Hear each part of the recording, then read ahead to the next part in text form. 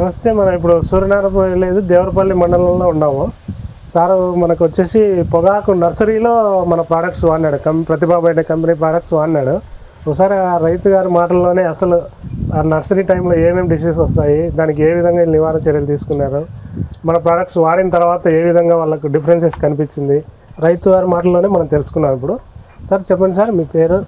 నా పేరు విష్ణుమూర్తి అండి. Okay sir. మాది దేవరపల్లి మండలం, ఓకే, సూర్యనారాయణపురం గ్రామం అండి.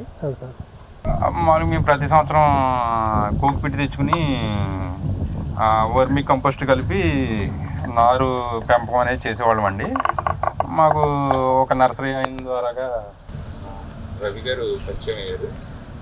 పరిచయం అయిన తర్వాత ఇలాగా కల్చర్స్ కలుపుకుని చేస్తే బాగుంటుందని ఆయన సజెషన్ మీద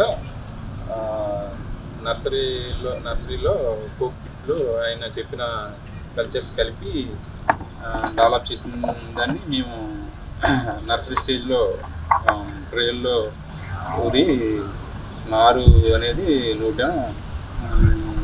అయితే ఆయన చేసింది కాకుండా వేరే దుక్కున నర్సరీ అయిన డెవలప్ చేసిన కోక్ పిట్టు ఒకటి తెచ్చి అది కూడా చేసాం. దానికి దీనికి వేరియేషన్ చాలా కనపడింది. మాకు రవి గారు తయారు చేయించిన కల్చర్స్ అయితే బాగా డిఫరెన్స్ కనపడింది. నారు కూడా వేరుకుళ్ళు అవి రాకుండా, తెగుళ్ళు రాకుండా మెయిన్ బాగా వచ్చింది నారు. మీరైతే మన కల్చర్ చెప్పిన రవి గారు చెప్పినట్టు వాడిన దానికి దీనికి చాలా డిఫరెన్స్ ఉంది అంట. డిఫరెన్స్ అయితే ఉంది, చాలా డిఫరెన్స్ ఉంది. మీరు అబ్జర్వ్ చేసిన చెప్పిన కల్చర్స్ మేము సొంతంగా డెవలప్ చేసామండి కోక్ పిట్లో. ఆయన ఏమన్నారంటే వర్మీ కంపోస్ట్ కలుపుతున్నారు, వర్మీ కంపోస్ట్ కూడా కలపక్కర్లేదు, నేను చెప్పినట్టు చేయండి అని అన్నారు. ఆయన మాట నమ్మి మేము చేసామండి. ఆ డిఫరెన్స్ అయితే మాకు కనపడింది. వేరే చోట మాకు కోక్ పిట్ మేము డెవలప్ చేసింది సరిపోక వేరే చోట తెచ్చామండి. వేరే చోట తెచ్చింది అది గ్రోత్ అంత ఇదిగా లేదండి. దీంతో పోల్చుకుంటే చాలా తక్కువ. డిసీజ్ దానికి వచ్చే డిసీజులు కూడా ఎక్కువగానే కనపడింది. దానికి దీనికి డిఫరెన్స్ ఎక్కువగానే కనపడినాయండి. Okay sir. రవి గారు మీరు వీళ్ళకి ఇచ్చిన సలహా ఏంటి, అసలు అది ఏ విధంగా ఫార్ములా అసలు ఏంటి, ఎట్లా మీరు వీళ్ళకి సజెస్ట్ చేశారు? నా పేరు రవి, తేజ అగ్రికల్చర్ నాలుగేళ్ళ నుంచి. ఓకే, సో ఈయన ఫస్ట్ మనకి last year tobacco programme start చేస్తున్నాము అన్నప్పుడు మనకి ఫస్ట్ ఇలా ప్రాబ్లం ఉందండి పంటలో, దాన్ని నివారించాలి, ఎలాగన్నా మనం ఈసారి ఓవర్కమ్ అవ్వాలి. ఎందుకంటే ఆ ముందు సంవత్సరం చాలా నర్సరీలో చాలా మందులు కొట్టి రకరకాలుగా నష్టపోయాము అని అంటే మేమిద్దరం ఒకసారి డిస్కస్ చేసుకున్న తర్వాత, సార్ అలా కాదు ఇలా చేద్దాం ఒక మోడల్ అని చెప్పి, ఆల్రెడీ లో ఈసీకి వచ్చిన కోకోపిట్ ఉంటుంది కదా, కోకోపిట్ లో ఈసీకి వచ్చిన కోకోపిట్ని సెలెక్ట్ చేసుకోమన్నాం. అలా సెలెక్ట్ చేసుకున్న తర్వాత అందులో మనం జనరల్గా రైతులు ఏం చేస్తారంటే పశువుల ఎరువు కానీ లేదంటే వెర్మి కంపోస్ట్ కానీ కలిపి దాంట్లో వాళ్ళకి నచ్చిన కల్చర్ ఎంతో కొంత క్వాంటిటీలో వేసుకుని పెట్టుకుంటుంటారు అన్నట్టు. అయినా కానీ డిసీజ్ కంట్రోల్ కాదనమాట. సో ఇలా కాదు, దీనికి ప్రధానంగా వచ్చే మాగుడు అనే తెగుల్ని మనం నర్సరీ దశలోనే అరికట్టాలి. ఓకే, సో ఇందులో ప్రధానంగా వచ్చింది ఫైటియం, ఫైటోఫ్థరా, రైజాక్టోనియా, ఫ్యూజేరియం. ఈ 4 డిసీజెస్ నర్సరీ స్టేజ్లో మేజర్గా వస్తాయి అన్నట్టు.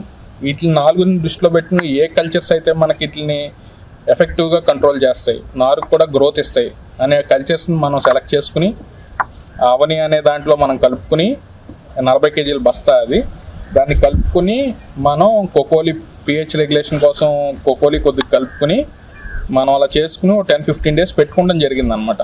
ఓకే, మేజర్గా 15 రోజులు అలా నిల్వ ఉంచడం వల్ల దాంట్లో ఎనరోబిక్ బ్యాక్టీరియా, ఏరోబిక్ బ్యాక్టీరియా కంప్లీట్గా పెరిగి మనకి బ్యాక్టీరియా బేస్డ్ వేరే ఏమీ కలపలేదు. మన ఏదైతే ట్రైకోరిచ్, ఫ్లిక్, సర్వరు, ఓకే, ఈ బేస్డ్ మెడికమెంట్సే కలిపి ఏదైతే నేను చెప్పానుగా 4 జబ్బులు మేజర్గా అట్లని నివారించే స్ట్రాటజీ చేస్తే అది ఎక్సలెంట్గా రిజల్ట్ ఇచ్చింది, డిసీజ్ కంట్రోల్ చేసింది. అలాగే సర్వర్ అనేది గ్రోత్ ప్రమోటర్ కూడా, అదొక బ్యాక్టీరియా ప్లస్ గ్రోత్ ప్రమోటర్ కూడా అన్నట్టు. సో అది హెల్ప్ అయింది అన్నట్టు. అది కూడా బయటకు వచ్చింది అన్నట్టు. ఎందుకంటే వైట్ డిఫరెన్స్ 8 రోజుల్లోనే ఆయన సీడ్ బెడ్మెంట్స్ తీసి ట్రేల్లో నూటిన తర్వాత, మీరు కూడా నేను ఆ స్లైడ్స్ పిక్చర్స్ ఇస్తాను, ఓకే చూడండి, అది బ్యాక్ సైడ్ కూడా ప్లే చేయండి. అది చాలా మేము ఆశ్చర్యపోయాం, ఈయన ఆశ్చర్యపోయారు అన్నట్టు. ఎందుకంటే మేము ఫస్ట్ టైం కదా వర్క్ చేయడం. ఓకే, సో గ్రాడ్యువల్గా అలా అలా మంచి రిజల్ట్స్ వచ్చినాయి అన్నట్టు. దాని ద్వారా 4-5 బయట కూడా వాడారు, వాళ్ళకు కూడా మంచి రిజల్ట్స్ వచ్చినాయి. ఈ సంవత్సరం మనం దరిదాపుగా ఒక 200 acres నర్సరీ రైతులు ఆల్రెడీ మనతో టచ్ లో ఉన్నారు అన్నట్టు. దాన్ని చూసిన తర్వాత వర్క్ ని సార్ మేము కూడా అది ఎలా వాడాలి, ఎలా చేసుకోవాలని ఒక థాట్ ప్రాసెస్ లో ఉన్నారండి. సో మంచి రిజల్ట్స్ వచ్చినాయి. ఓకే, సో మెయిన్ ఏంటంటేనండి, కోకోపిట్ అనేది లో ఈసీ తెచ్చుకోవాలండి. రైతు ఎవరైనా గుర్తించవలసిన విషయం ఏంటంటే, లో ఈసీకి ముందుగా అప్పటికప్పుడు కాకుండా 2 నెలల ముందు తెచ్చుకుని దాన్ని వాటర్ వాష్ అనేది ఇచ్చుకోవాలండి ఎవరైనా సరే. అది అప్పుడు లో ఈసీకి వస్తుంది. అలా కాదు మనం నాకు తెలియదండి, ఒక నర్సరీ ఆయన అడిగితే ఈసీ అనేది 400 లోపు ఉండాలని అన్నారండి. 400 ఉంటే మంచిగా మనం ఫ్యాక్టరీ నుంచి తెచ్చుకోగానే అది 1000 పైన ఉంటుందండి. 1500 ఉంటుంది, 2000 ఉంటుంది. అది మనకి ఇచ్చిన కోకోపిట్ బట్టి మన చెప్ప కొత్తది చెప్పలు తయారైన ఏదో రకంగా ఉంటది. ఏదైనా మనకి లో ఈసీగా ఉండదండి అక్కడ ఇచ్చేది.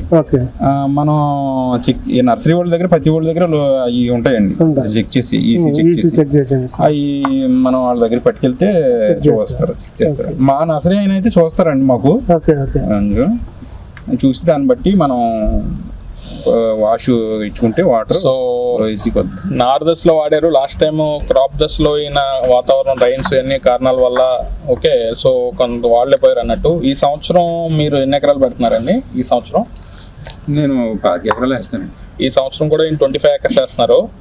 సో ఈ 25 acres లో మన కోకోలి ప్రతిభా బయోటెక్ ప్రొడక్ట్స్ వాడదామనే ఇంట్రెస్ట్ ఉందండి? ఒకసారి ఉందండి, 10 ఎకరాలు వాడతానండి. ఒక 10 acres. సో ఈ 25 acres లో 10 acres ఎలా ఉంటుందని ఒకసారి వాడదామని అనుకున్నారు అన్నట్టు. మీ డెసిషన్ కూడా కరెక్ట్, ఎందుకంటే అబ్జర్వేషన్ చేసుకోవచ్చు, మీరు రెండు కంపారిజన్ చేసుకోవచ్చు. నెక్స్ట్ ఎట్లా అనేది కూడా డిఫరెన్సెస్ తెలుస్తుంది ఈజీగా.